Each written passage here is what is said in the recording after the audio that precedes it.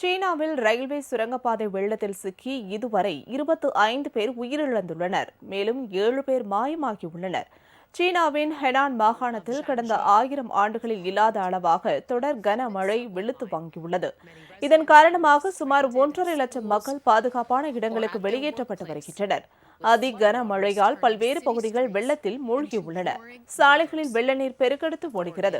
இதனிடையே ரயில் சுரங்கப்பாதை வெள்ளத்தில் சிக்கி இதுவரை 25 பேர் உயிரிழந்துள்ளனர். இதில் மேலும் 7 பேர் மாயமாகியுள்ளனர்.